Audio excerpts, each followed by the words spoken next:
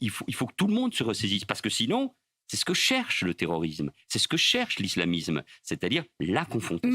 Olivier Faure, le premier secrétaire du Parti socialiste, appelle désormais à une grande marche contre l'antisémitisme. Est-ce que cela, vous le saluez et vous pourriez y aller? Mais moi, je pense que tout ce qui peut rassembler les Français contre l'antisémitisme, contre le racisme et contre l'antisémitisme, contre les actes juifs, et que cela se traduise par un renforcement, un durcissement de la loi, des peines concernant les actes et les mots antisémites, oui, moi je suis pour des rassemblements à condition que ça soit bien organisé. Au fond, vous parliez des applaudissements des parlementaires après mon discours de janvier 2015. Je souhaiterais qu'on retrouve notamment l'esprit de la manifestation du 11 janvier 2015, où les Français arboraient des badges en disant « je suis flic, je suis Charlie, je suis juif ». C'est cette France que j'aime, parce que moi je suis un patriote, je suis un républicain de gauche. J'aime mon pays, surtout quand il se rassemble et quand il est fort face à cela. Il est trop divisé aujourd'hui. Et le président de la République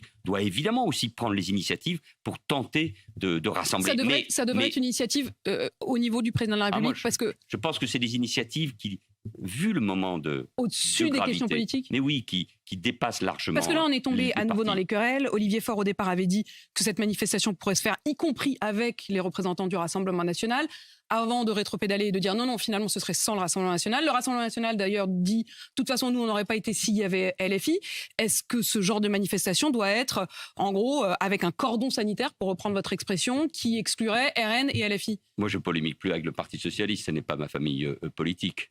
Mais appeler une manifestation contre l'antisémitisme et garder un lien pour des petits accords mesquins électoraux avec la France insoumise, c'est ce que fait aujourd'hui le Parti socialiste, n'a pas beaucoup de sens. Moi, ce que j'espérais, c'est que mon ancienne famille politique, heureusement, il y a des voix, comme celle de François Hollande ou Bernard Cazeneuve, qui vont bien au-delà de cela et qui appellent à ce rassemblement dans ce moment difficile. Mais on ne peut pas jouer sur tous les tableaux.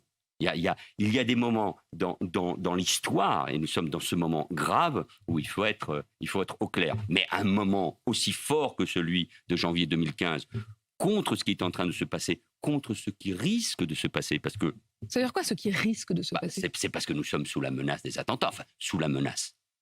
On est d'ailleurs en vigilance attentat maximum. Il y a eu un attentat terrible, on a tué un enseignant. D'ailleurs, ça nous a rappelé ce qui s'était passé avec Samuel Paty, sa décapitation, c'est-à-dire exactement la même méthode qui a été utilisée en Israël le 7 octobre avec cette attaque terrifiante du Hamas. Donc, dans ces moments, et face au risque de déchirure, de fracture, vous rappeliez les mots que j'ai eus sur les juifs, mais aussi sur les musulmans.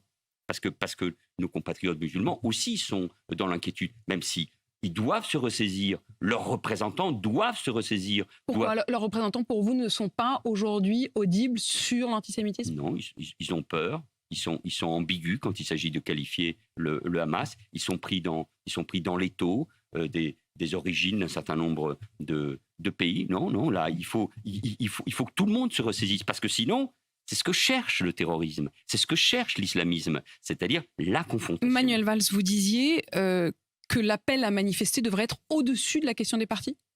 Qui doit le faire aujourd'hui? Vous estimez qu'Emmanuel Macron devrait lancer? Il y a suffisamment de responsables politiques de haut niveau, d'hommes et de femmes d'État, d'intellectuels, de syndicalistes, capables de le faire. Si c'est pour replonger dans des petites querelles politiques, ça n'a pas beaucoup de sens. Mais je suis sûr qu'il y aura des moments forts, des manifestations, des rassemblements. Mais ça ne suffit pas. Nos compatriotes français juifs ont de nouveau peur. Parce que les chiffres que vous avez donnés au début de l'émission sont effrayants. 1040 actes antisémites en moins d'un mois. Autant d'actes antisémites que dans une année aussi terrible que celle de 2015, que dans les pires années. Donc on est dans un moment très, très grave. Et encore une fois, on le voit aussi dans un certain nombre de pays voisins. Réponse pénale, réponse sur le plan éducatif. Pénale, vous évoquiez tout à l'heure Dieudonné. On se souvient de votre combat contre Dieudonné pour dire qu'il n'était pas humoriste, mais qu'il portait, je vous cite à l'époque, un message de haine, que ces spectacles n'étaient pas, je cite, des spectacles, mais des meetings où l'on diffusait la haine. Vous étiez ministre de l'Intérieur et pourtant, vous avez dû aussi en découdre avec la justice. Le tribunal administratif avait commencé par casser votre décision.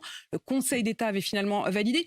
Quand on voit l'été dernier Gérald Darmanin qui avait souhaité expulser l'imam Iqiyoussen pour des propos justement contre les femmes, contre les juifs, et que le Conseil d'État l'avait cassé.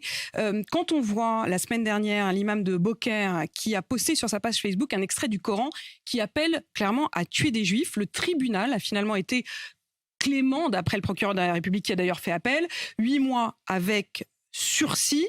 Il a plaidé la maladresse. Est-ce que vous estimez que nos outils juridiques, que nos juges sont véritablement dans un combat contre la montée de l'antisémitisme? Oui, c'est un combat, donc il faut toujours dans le cadre de l'état de droit, mais il faut adapter notre législation.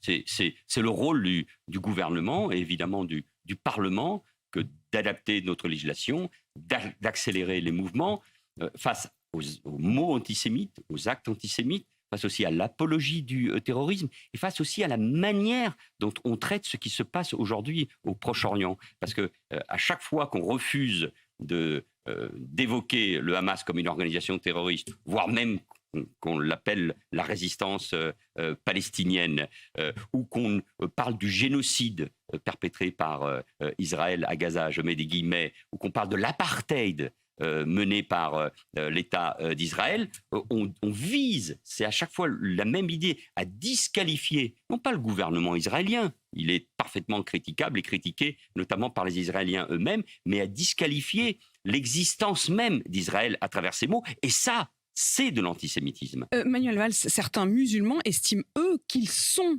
victimes et qu'ils sont même parfois la cible. Taha Bouaf, qui était un ancien candidat de la France Insoumise, qui d'ailleurs avait été exclu pour des soupçons d'agression sexuelle, a exprimé ce week-end un sentiment de menace. Il dit, puisque la sécurité des musulmans ne semble être la préoccupation de personne ou de si peu de monde, en tout cas clairement pas celle du gouvernement, les musulmans vont devoir sérieusement, je cite, organiser leur propre défense politique, physique, médiatique. Qu'est-ce que vous répondez à cela ?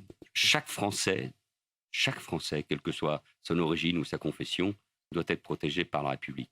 Personne ne peut être mis en cause, attaqué, violenté pour ce qu'il est, bien évidemment. Mais là, les chiffres l'ont démontré. Je veux dire, là, ce sont aujourd'hui les Français juifs qui sont attaqués parce qu'en plus, on importe, comme on dit, le conflit du Proche-Orient dans notre pays. Et la concurrence victimaire que l'un de ces personnages cherche à imposer n'a aucun sens. Mais chaque Français doit être protégé, parce que précisément, on cherche le terrorisme, l'islamisme cherche cette confrontation. Vous appelez donc à un sursaut. Merci Manuel Valls d'avoir répondu à mes questions ce matin. Manuel Valls, ancien Premier ministre